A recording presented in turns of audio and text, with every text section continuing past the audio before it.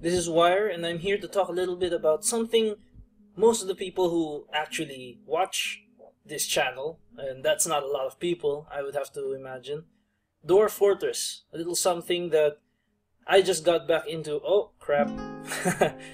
Volume's still a bit loud. Right, so let me just fix that so it doesn't bother us too much. Right, so this is called Dwarf Fortress. And for those of you who don't know, which is probably a majority of you, and that's what I think would be the biggest problem of this series, is that very few people actually bother explaining what it is. Dwarf Fortress is basically what other games strive to be, I would imagine. What Sims strive to be. This is basically a game where you act less like a god and more of a consultant, a manager, a therapist, all in one, and you have to do all of this for the dwarves. So this is made by one guy, Tarn Adams, and he runs on donations. This recent version, 34.01, I believe, just came out probably close to 2 days ago from when this is released, I would imagine. And he makes his living straight out of donations for this. After you're done with this, you'll probably understand why a lot of people donate to this guy. The ideas that come through this will really show in what I'm about to show. I've played quite a bit of this, but for the sake of introductions, I'll just make a new world. This is an entirely new save. There are no mods. There's a lot of mods, and I won't cover them, but that's an entirely different world. So here we go. So you don't really need to know too much here. You can change the buttons, I guess. Save from that. This is just escape. Don't worry about that. So the first job is to create a new world. I just pressed enter. Oh, okay. So yes, since this has been around for years. This has been around since I've been in high school, I believe. So you can imagine that being only a one-man project, it does get a lot of problems, and it's still an alpha basically. So when making a new world, there's a bunch of things you need to think about: the size, the history, civilizations, and all of these other things. For a beginner, I would suggest increasing minerals, because they're very important when since you're a dwarf, so you tend to mine a whole lot. Defensively, that's also a good idea. You might also want to drop the civilizations a bit, but that's a double-edged sword, because the less civilizations there are, the less people you can sell crap to. So for me, I would probably stick a little bit with well, just to make sure that fine, let's just stick with medium, I guess. And let's go. As you can see, everything that I've done is basically just messing around with the keyboard. There's almost no mouse usage in this game. The mouse really just disappears. And I really like that concept. Makes it easier for a laptop, I would suppose. So here's the generator. If you're familiar with Minecraft, you know that it randomly generates a world. This does the same thing. It also does it in 3D, although it doesn't look like it because of they needed to make it simple because it's really complicated. It's a lot more complicated than it looks. So what's happening right now is, like was mentioned in the generator, you have to it doesn't just run and create a world. It creates a world, creates a bunch of people. These people live out their civilizations. They prosper. Historical figures, as mentioned here, live. People die. Events happen. All of this is randomly generated. The name, everything, what happens. They all interact. There's all this interaction. And you actually set how long they're going to live through all of this. So this just keeps going and going, and I think it'll end in a couple. I can actually make it end, I think. Yeah, I can make it. I can force it to end, or I can just let it finish its time. But from here, you can already see what kind of complexity this one man was able to achieve. So, for example, he sets up the elevation, the temperature of the world, the rivers, the lakes. This is a lot more complicated than it looks. Okay, so let me just, since I'm done with the explanation, that this is basically what it's doing.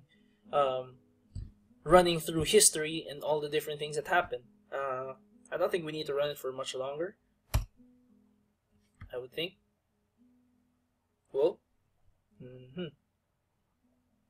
Right, so let's say I stopped it here. You could have it's defaulted to 200 years, I believe, but I think that's enough. And now it's just running me straight here for some reason. The yellow cursor is me, and this is the world that is generated. All of this randomly generated. There's the cities, there's all these, the hamlet, the human hamlet, the kind land. Well, we'll see for ourselves, okay? So, accept it, and it's saving the world. This is the world that has just been generated, and everything inside of it is now a part of it. So, you can just imagine how much time I've spent just creating a world compared to the obvious comparison, which is Minecraft. So, let's just finish this. Excuse me. Alright. So, now that it's done saving, I think, I'm running this off a laptop, so I'm not too surprised that it takes a bit of time. It also takes a bit of time saving, but then I would think anybody who plays Dwarf Fortress would already know this. In terms of popularity, this isn't actually all that popular. Maybe because it doesn't have all the flashy graphics, but the amount of depth that is achieved in this game is truly astounding. It's something that I really wish other people would get into. So that's done. Let's start. So here's 3 different modes. Adventure and Legends are much more in alpha than Dwarf Fortress mode, so you'd probably want to stick to Dwarf Fortress until you understand everything a whole lot better.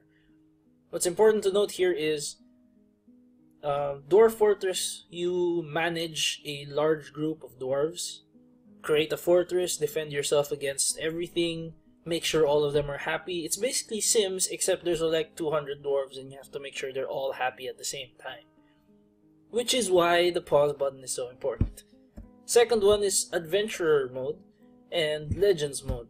From what I gather, this is a bit like, well, the best comparison would obviously be the Elder Scrolls series.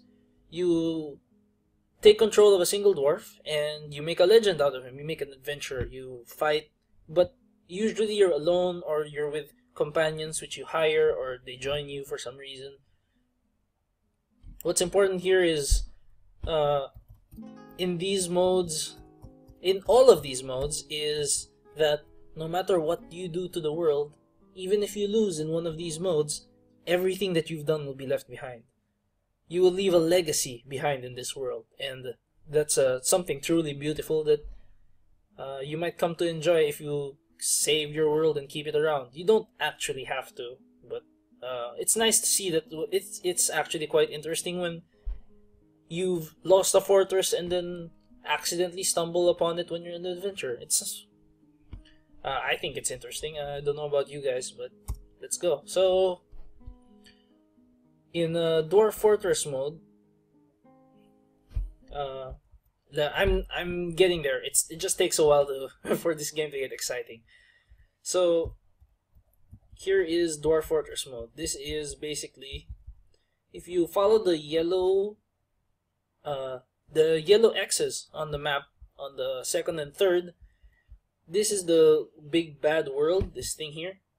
This is the region you're in inside. It's just zooming in, and this is a much more zoomed in place. So the point of this game is basically, I want to find a place good for a fortress. I want a place with lots of food. I want a place full of I want a place with water, because water is quite useful. And hopefully, I don't want it too far away from civilization, I would say. And more importantly, I would have to say that you also have to think about what kind of people you're bringing there, because you want to make sure that it's possible for you to survive. So when you this is basically where a lot of Dwarf Fortress people spend a lot of their time before they actually play. They look for a really nice spot, somewhere that defensible from all the different dangers. This game has a lot of dangers. Let me sidetrack for a little bit and say that you will lose. There is no going around. You're probably going to lose, and you're probably going to rage and get really mad and all this stuff. But that's the point of the game. You have to understand that Dwarf Fortress was built around you learning the hard way. You're gonna have to learn. It's not gonna be like Sims. It's not gonna be that easy. You're going to have to figure things out, and as you figure things out, things are gonna change, and then you're going to learn some more, and then different things happen. The wonder of Dwarf Fortress, the meat of Dwarf Fortress, is that you're always learning. You're always finding something new about the world. Okay, enough of me babbling. Let's get into it. So I can mess around with looking for a place. So like, for example, I can apparently see who are nearby from positions that I pick, the civilizations in the area, relative elevation. There's a lot of data here. You don't really need to look at all of this, but when you've become a seasoned player, this is where you're going to spend a lot of your time. So you make all these. You can actually even make a search engine. There is a built-in search engine which helps you figure out where you want to be. And like, for example, I want to be somewhere here, I guess. That looks good. So this game actually needs like two, something like that, different arrow keys, and because of that, this UMKH is used as a secondary system for arrow keys. That's kind of important to know. So you can see there's a shallow clay, very deep soil, aquifers, shallow metals, deep metals, and flux stones. I'm not really all that sure about what everything means here, but what's important is you want to find a place with a lot of deposits, because that little square in the local area, you see this? You cannot make it any bigger. That's it. So I can actually make it bigger, but the problem with making it bigger is you run into more problems. It's a lot harder to manage, and it's a lot more stress on your computer. So for most people, 3x3, 4x4, as you can clearly see here, the green area, is more than enough. So you can stick with that. You can make it bigger or smaller depending on how good your computer is, but I like sticking with defaults. I like it being in a vanilla, if that's a nice term enough for you. You can customize your embark. You can change what your people know, but I really like I like it the hard way. I like not worrying about stuff like that. So here you can prepare for your journey. You can do all these different things about it. Phobos is the skin I'm using. There's a lot of mods including skins, because the original skin's just ASCII with different colors, which might be a bit difficult to see. That's why I had to use Phobos. Phobos. So you can look at your journey. You can teach them things. I really don't like doing that personally, but let's just say I don't. I just leave everything alone. Let's and press T, and for some reason, okay, there. So now I go into the wilderness, into a mountain. 7 dwarves, like always. And then here we go. So this place called Sazir Tirist, Bridge Dreams, Strike the Earth. So that's a seasoned Dwarf Fortress player would know what that means. Strike the Earth. That's basically what you're going to be doing. You're going to be doing that sort of thing here, so you might as well get used to it. So okay, right. This is basically the starting screen. I'm trying not to bore you. Really, I'm trying not to bore you here, But there's a lot of depth, so I have to get through a lot of stuff fairly quickly. I'm trying to do this as quickly as I can. So this is the basic screen. You probably won't even need to touch the rightmost screen, so press tab. Just keep pressing tab until you get to this screen. This screen is basically where you'll spend most of your time because it's so useful. There's a lot of things that you can do here. Those are my 7 dwarves, as you can see. I just pressed K, and then I can look at different things. If you don't know what something is, just press K. You can figure it out from there. Alright, so this is my caravan. Oh no, it's not. It's more of a wagon, and it's full of crap that I carried with my dwarves. So here is basically where you want to stay. There's a bunch of things that need to be done. For example, if you just leave your dwarves out, they're gonna get mad. They don't like not having shelter and all that other stuff, the things that civilization needs and whatnot. So to keep them happy, you're gonna need to build a house. So I just moved. So this is a 3D game. I have to keep reiterating it. This is a 3D game. It's not 2D. So you're going to have to worry about the up and the down. So I shift and then greater than and less than symbols. The less than symbol, yes, the less than symbol rises. If you can see on the right side of the screen, this number gets bigger because you're going higher up. Down, so when I press the other one, it goes down in numbers, and that's how much this is how large the world is, basically. Very important to note, at any time in almost every screen you can move between these. Very important. So those are my dwarves. They don't know crap because I didn't give them any skills, which is probably a really bad idea.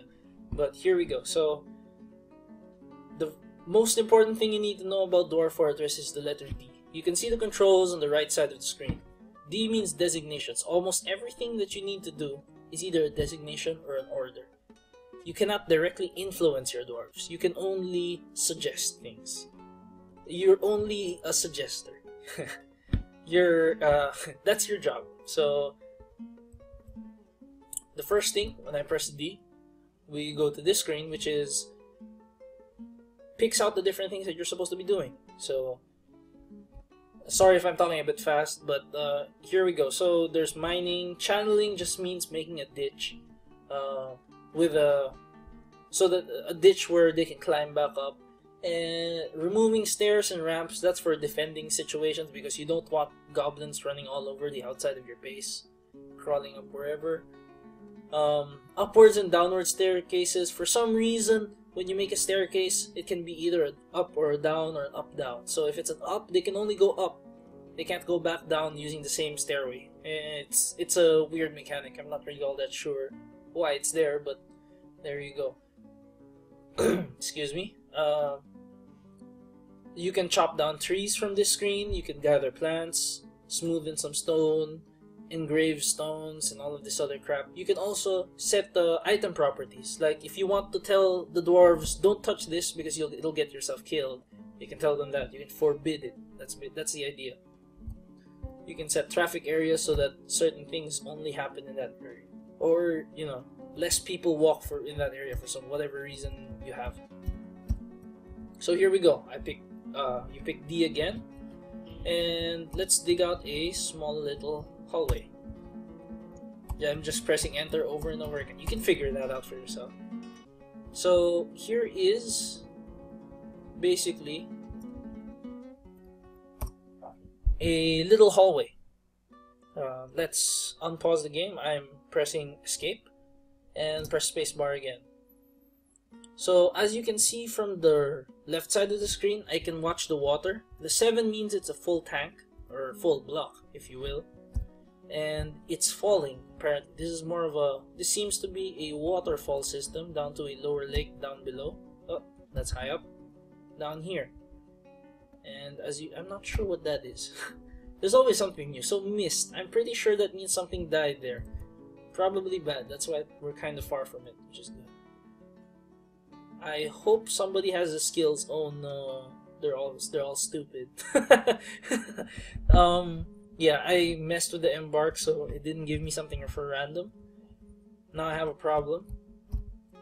You will run into many problems in this game because you have to individually select them. So this is a bit of a higher thing, but U sends you to the people. Pick a person, C, P, UCP, labor, mining, and then now they will mine. So you have to do that per person. Okay. Oops. Alright, so now we have somebody mining. And as you can see, he's pretty bad at it. You might want to send another person. It really depends on up to you and what you want them to specialize in. But there you go. So you can build different buildings. You can create an army. You can you need workshops, by the way, to make resources. You need to collect wood. You need craftsmen. You need all sorts of things to make a running dwarf fortress, and that's basically it. If you're interested, you can go into all the other details, but that's basically how the system starts. Oh, he became a miner. So if you can see, his picture actually changes depending on what kind of dwarf he is. Excuse me. So you can see the kind of jobs they have, their positions, like expedition leader, because this is basically an expedition.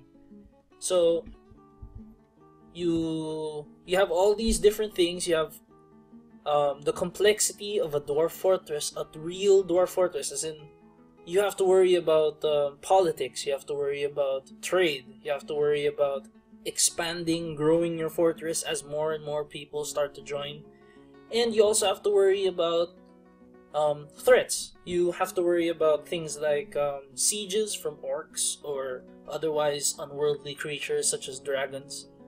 You can also have, in this recent update actually, you have to worry about a lot of undead things. Like, for example, if somebody's bitten by a vampire, he's not going to tell you. You're not going to find out, so you're going to have to figure out who the vampire is. So all of these things work out to create a diverse, a great idea, a wonderful idea, something with such depth that a lot of people support it, and I agree. I haven't, because I just started recently, but here you go. So I'm gonna keep going, but that's basically a pretty sizable intro of what exactly happens in this game. I designate an action, they pick the order in which the actions happen, and stuff happens, and you have to live with the choices that they make. You have to help them with their choices. Sometimes you run as the therapist. You tell them, okay, so I want you to be the digger. And I like it for it. That's roughly what it takes to set up a dwarf fortress. And if you have any more questions, if there's something you need to know, there is a Wikipedia, but I am willing to answer questions. I tried to give it as simple as possible and as quickly as possible. I know I've already taken quite a bit of time. So, in short, try Dwarf Fortress. It's not everybody's cup of tea. You will lose. I have to stress this. It's not an easy game. It's something that will test your ability to manage, to be a manager, to think, and to create a true civilization. Thank you. Oh, thank you. Thank you. So, this is Wire signing out. Dwarf Fortress. Try it. The 34.01 just came out, and I hope you all enjoy.